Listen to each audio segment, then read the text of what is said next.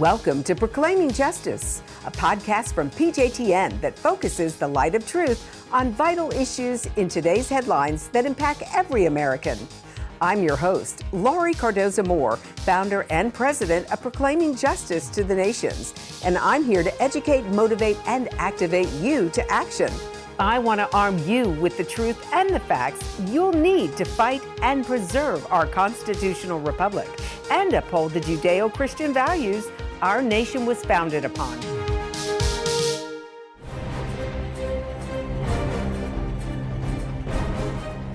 Are the Palestinians an ancient people group who existed even before the Jewish people?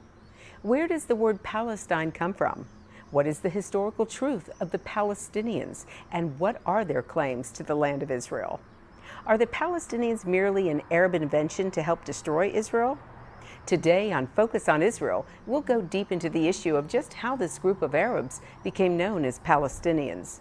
Hello, I'm Laurie Cardoza-Moore, founder of Proclaiming Justice to the Nations, a nonprofit organization dedicated to educating and sharing the message of Christian biblical responsibility to the people and land of Israel in the face of a growing global anti-Semitism.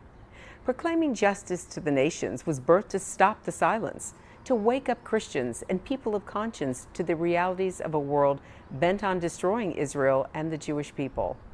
Behind me, you can see the ancient walls of the holy city of Jerusalem. Until 1967, Jews were forbidden to enter it by the Arabs controlling this area. When Israel defeated Jordan and took back Jerusalem as well as Judea and Samaria, a new weapon to destroy Israel was birthed: the myth of the Palestinian people.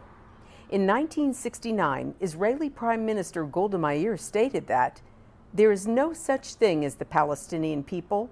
It's not as if we came and threw them out and took their country. They didn't exist. Over the years, many Arab leaders have agreed with her.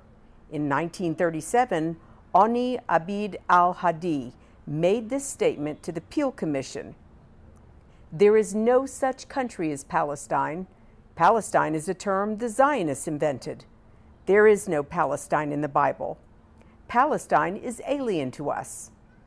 In 1946, Philip Curry-Hiti, a Lebanese-American professor and scholar at Princeton who single-handedly created the discipline of Arabic studies in the United States, agreed.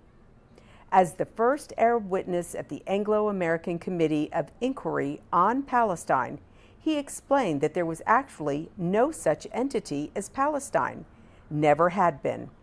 It was historically part of Syria. In 1956, a Saudi representative to the UN stated, "It is common knowledge that Palestine is nothing but southern Syria." And Syrian dictator Hafez al-Assad dictated this to Yasser Arafat. Never forget this one point: there is no such thing as a Palestinian people. There is no Palestinian entity. Palestine is an integral part of Syria. In 1936, the Peel Commission, set up by the British government, offered the first time a partition of the land into a Jewish Palestine and an Arab Palestine. At that time, all the inhabitants of the area called Palestine were called Palestinians. In fact, many Jewish entities used the reference to the area of Palestine, including the Palestine Symphony Orchestra, which became the Israel Philharmonic Orchestra. The Anglo-Palestine Bank became Bank Leumi, Israel's largest bank, and the Palestine Post became the Jerusalem Post. So, if so many Arab leaders have denied the existence of a Palestinian state and people, why are the Arabs in Israel still persistent on using this lie? In our award-winning documentary, Israel Indivisible, we spoke with Rabbi Ken Spiro, an author and Middle East historian. He gave us a great history lesson on the origin of the word Palestine and the eventual adoption by the Arabs to make this word into a weapon to destroy Israel. Archaeologists and historians now believe that it took all or part of 14 Roman legions were needed to crush Bar Kokhba, which is unbelievable because the Romans only had 24 legions in the whole empire. When that revolt was finished, the Romans were so fed up with the manpower and material losses the Jewish people had caused them, they decided to basically get rid of the Jewish people. And they figured that those Jews that had survived, and I actually believe that statistically far higher percentage of Jews died between 67 and 135 than died in the Holocaust. I believe that, forget Europe where 70% of the Jews of Europe were killed, I think that about 60 to 70% of the Jews in the world were killed out in that period of time. So the surviving Jewish population in the land of Israel, the Romans decided, we've had it with you guys. So what they did was basically decide the best way to get rid of a people, besides to continue to persecute them, was we're going to cut them off from their country. So they renamed the country from Judea, they said let's give it a non-Jewish name, to Philistia, named after the extinct Philistines. But it's amazing because their agenda was to do exactly what is going on today. Cut the people off from the land by creating an alternative identity and connecting the land with that identity. Exactly like there are no Philistines alive today, okay? They've long since disappeared. So they renamed the land, instead of Judea, Philistia, after the extinct Philistines. They renamed all the cities in Israel. But it was the whole thing was done deliberately to cut the Jewish people off from their country in the hopes that they would, this annoying people who never seemed to go away, would finally disappear. Brilliant strategy move to win the hearts and minds of the West and remove the support from Israel. We have to reorient the conflict from mighty Arab world to little Israel to mighty Israel to the small persecuted Arab people. But we can't call them Arab people because so they invented this term.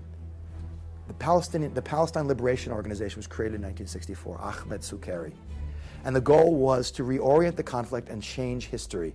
You know how perception becomes reality. The Arabs have been very skilled at floating this idea of Palestinian statehood being their cause. It's given the West something to believe in. Because, you know, you have to, when you look at if you look objectively at what's happening in the Middle East, you look at the map, you see how Israel is outnumbered, how it's outmanned, outgunned. It's a tiny speck on the globe. You need a microscope to find it. When you look at those things, it's very hard to deny that Israel is a victim. But when you have this counter propaganda effort which is saying that, well, it's the Palestinians who are the victims, you know, they've been denied a state, it gives people who want to be deceived something to hang on to. And I think that's part of the self-deception process that goes on, particularly in Europe, where, you know, I think some of the leaders have no moral backbone whatsoever. In another one of our award-winning documentaries, Boycott This, Christian comedian Brad Stein looked into the myth of the Palestinian people. He was able to visit the Arab town of Turmus, Aya, Samaria, and speak with one of the residents who was a true believer in the many lies about the history of the people called Palestinians.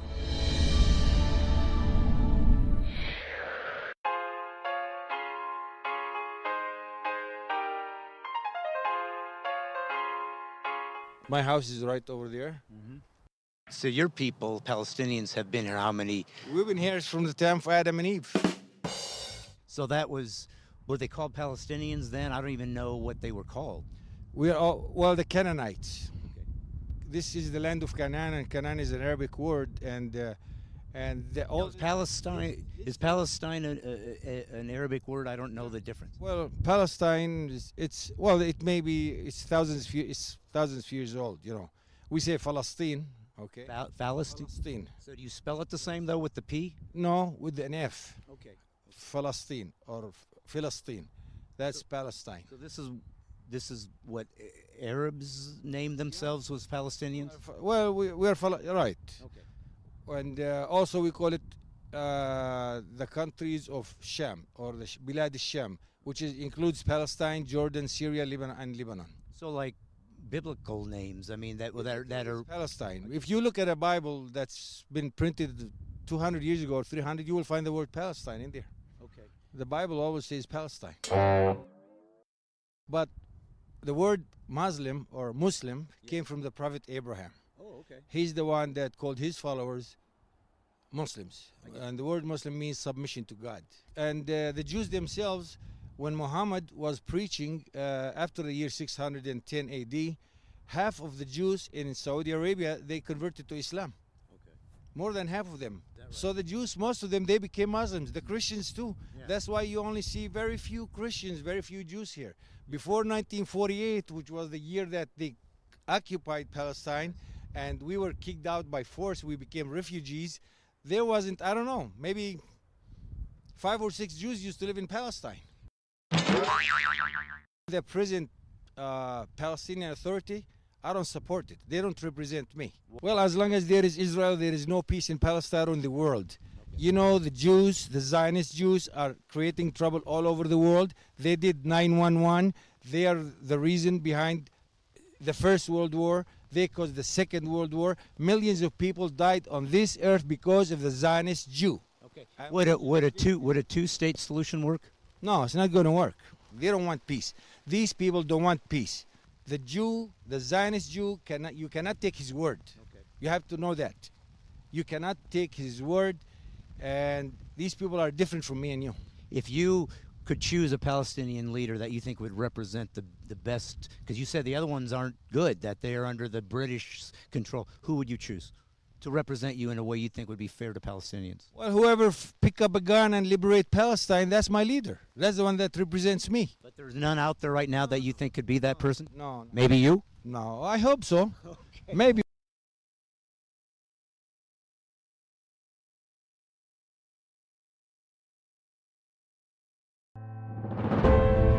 I want to take you to Israel in pictures and film. I want you to see how God's sovereign hand can be seen before our eyes right here in this land. That's why PJTN is offering a special anniversary package that includes a captivating new book and award-winning DVD. Israel Rising is a unique visual story of Israel's miraculous journey from unforgiving desert to thriving nation. Thousands of years ago, the prophet Ezekiel foretold a future time in which the arid land of Israel would come alive for its people. Now this breathtaking book documents the fulfillment of this vision, as rarely seen photographs from the 1880s to the 1940s are juxtaposed with recent photos of the same locations. This book will inspire and captivate you as it illuminates Israel's foretold awakening in a new and unforgettable way. In addition, you'll receive the award-winning documentary, Israel Indivisible: The Case for the Ancient Homeland. This inspiring film examines the many political twists and turns that make Israel the world's most controversial nation. From Abraham and the Promise to the issues facing the Jewish state today, the film examines the historical, archaeological, legal, and biblical foundations for the modern state of Israel. This is a limited time offer for these two remarkable resources for just a one-time gift of $70 today. Your generous donation will help ensure that PJTN stays on the front lines and in the headlines of all the important issues facing Israel and our Jewish brethren. So please go to pjtn.org today. From studying history, it's very clear that what starts with the Jews never ends only with the Jews. We must strongly stand against any anti-Semitic trends, for if not stopped, they'll cause harm to all of us, and we'll witness the downfall of our Judeo-Christian Western culture. Today, many people say there's no longer a need for a Jewish state, that Jews around the world no longer need a place of refuge. But anyone who has heard recent statistics about the worldwide rise in anti-Semitism would never make such a claim. The reality is that neo-Nazi groups and Nazi sympathizers are increasing around the world. Surveys show that over 1 billion people in the world harbor anti-Semitic attitudes. Close to 50% believe that Jews have too much power in the business world, and 2/3 of the world's population has never heard of the Holocaust or believe the historic accounts of it are inaccurate. Don't let yourself be manipulated by evil people with a wicked agenda.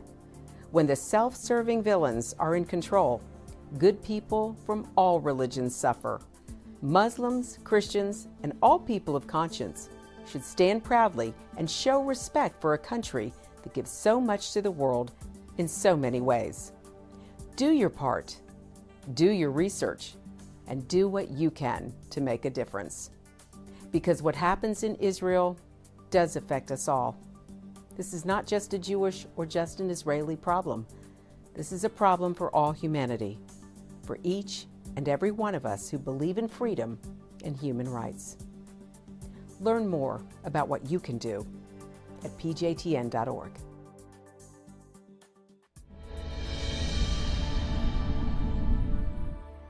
We've had the opportunity to speak with many experts who've expounded on the myth of a Palestinian nation, including Governor Mike Huckabee and Ambassador Danny Ayalon.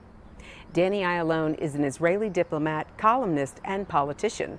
He served as deputy foreign minister and a member of the Knesset. From 2002 to 2006, he served as Israeli ambassador to the United States. Mike Huckabee is the host of Huckabee on TBN, a Fox News and Western Journal contributor, New York Times bestselling author, and the former governor of Arkansas. They are both well-versed in the history of the Jewish state. The land was called Palestina because it's a Roman name as punishment to the Jews who came against the Roman occupation. All those who came and left, as I mentioned, were occupiers. Jerusalem was never made a capital for any other people, only the Jewish people since King David's time. And the fact that it remained as is, and the Jews, just like the prophecy of Ezekiel and all the other prophets, we see it come alive. And if we go back to another miracle, in 1948, when Israel declared its independence based on a UN recognition, we were attacked by 7 Arab armies. We were only 600,000 Jews in the land then, surrounded by 100 million hostile Arabs who wanted to do away with us. So Israel's legal title to the land, which has been given by the League of Nations in 1921-22, San Remo, was that the entire Palestinian land belongs to the Jewish people. That's the homeland of the Jewish people. This was voted and accepted by the League of Nations in 1922. So whatever the League of Nations recognized, this is also the recognition legally by the United Nations of today. Of course, they do not uphold their commitment, but the whole land is ours. But what's more important is that it's not just a matter of man's decision. It's much deeper than that. This is the land that was given to Abraham by the Lord. And if you look at the land, Judea and Samaria and the Galilee and the Negev, why are we called Jews? Because we are from Judea. Unlike Arabs who are from Arabia, who came and conquered the land in the 7th century and by the sword Islamicized everyone that wouldn't do it voluntarily. However, when we came back to the land after 2,000 years of exile, we made it bloom again. It was devastated, it was derelict for 2,000 years. Why is that? It's because whoever was controlling the land did not feel for the land. It wasn't theirs. They were occupiers. They were visitors. They didn't care for the land. That's why the land was desolate. And this went for the Romans and the Greeks and the Muslims, the Ottomans, and at the end, the British. There are miracles all the time. David Ben-Gurion, our first prime minister of the modern Israel, said that in the Middle East, in order to be a realist, you must believe in miracles.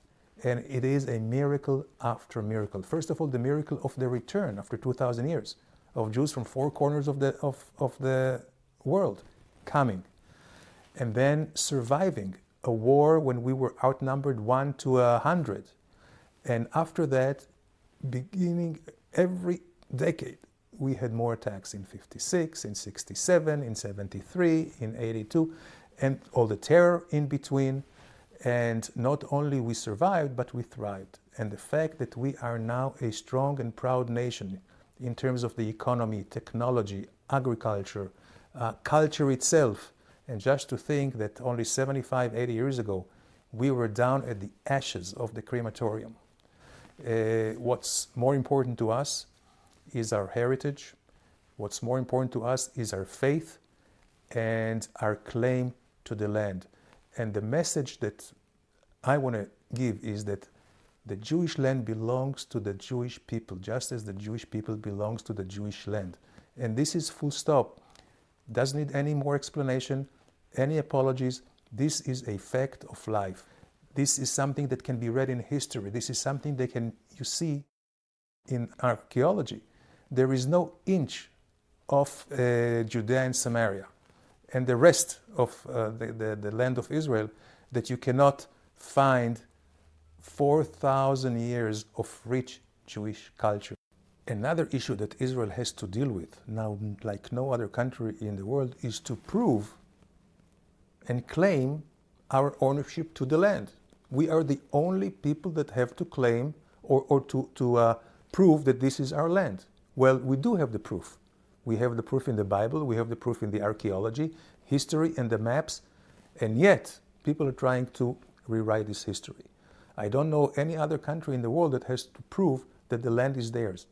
It takes two to make peace, but only one to make war.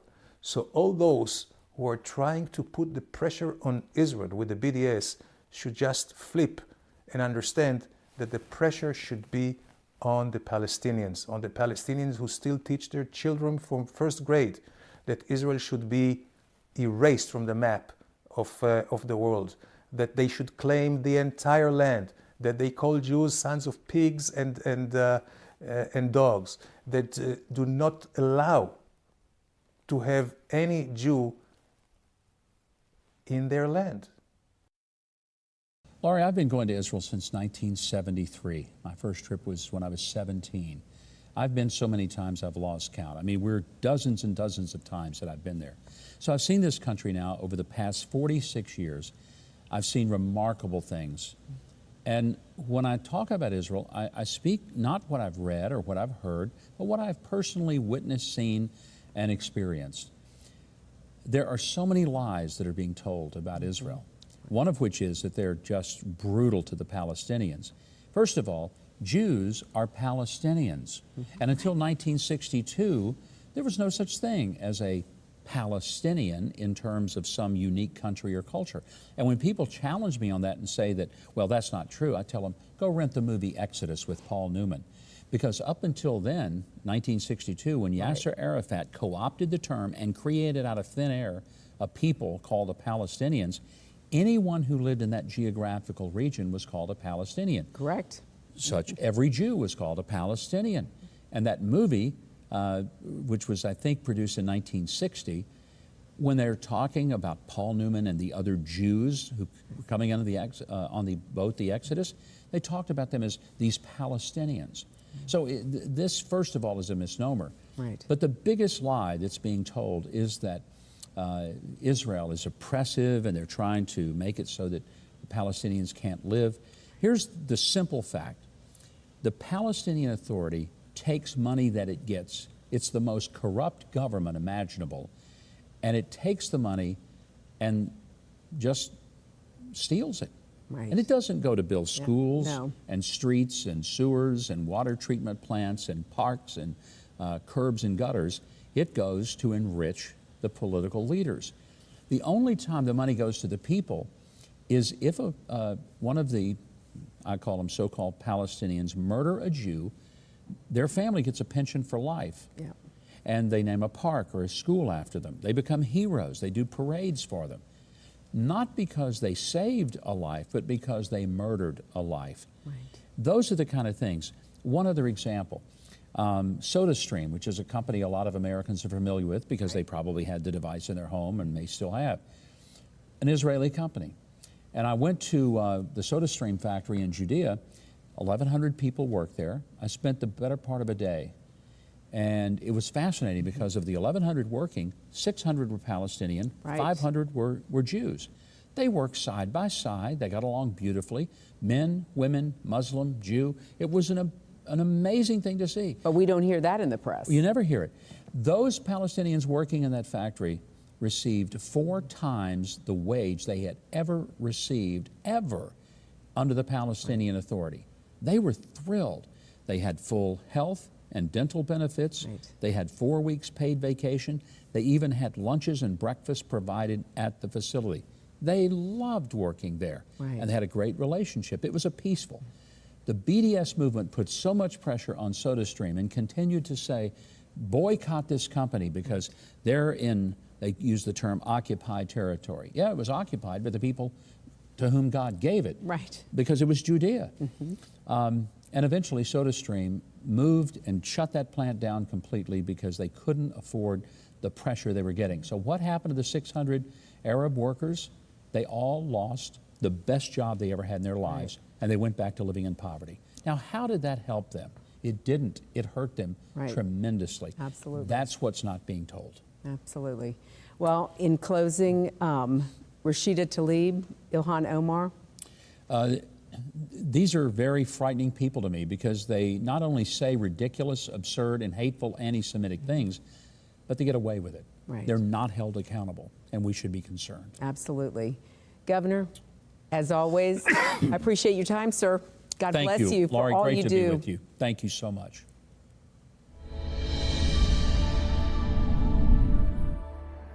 Well, that's our program for today, and I want you to know we appreciate your support. The time to take a stand is now. Be a leader in your community and in your church. One person can make a difference. Get involved with and support pro-Israel organizations such as PJTN. Call your senators, congressmen. Let your elected leaders hear from you. Visit our website to learn more. Sign up to receive free action alerts and order our films to share with family and friends. Please encourage everyone you know to tune in and become informed. If you're interested in starting a local PJTN chapter to combat anti-Semitism in your community, please contact us at info@pjtn.org. God bless you, and thank you for all you do on behalf of our Jewish brethren and all Israel. We'll see you next time on Focus on Israel. To support this program, send your tax-deductible gift to Proclaiming Justice to the Nations, P.O. Box 682711, Franklin, Tennessee 37068. You can also support PJTN online. Visit pjtn.org or call 1-877-873-9020. Anti-Semitism has reached epic proportions, and Israel is now surrounded by nations who seek its destruction. For Israel to lose just one battle would mean losing everything. As Christians, it is our biblical responsibility to stand with our Jewish brethren and Israel. PJTN needs your help to reach more Christians with this urgent message. Please visit our website to become a member today and order our award-winning documentaries. You must decide that you won't be silent. Sign up now at pjtn.org. God bless you, and thank you for your support and prayers. Thank you again for joining me on this edition of Proclaiming Justice. Please share this podcast with your family and friends. For more information about how you can get involved, please visit our website at pjtn.org. As a PJTN Watchman, you can help us keep up the fight to preserve our freedom for our children and their children for such a time as this.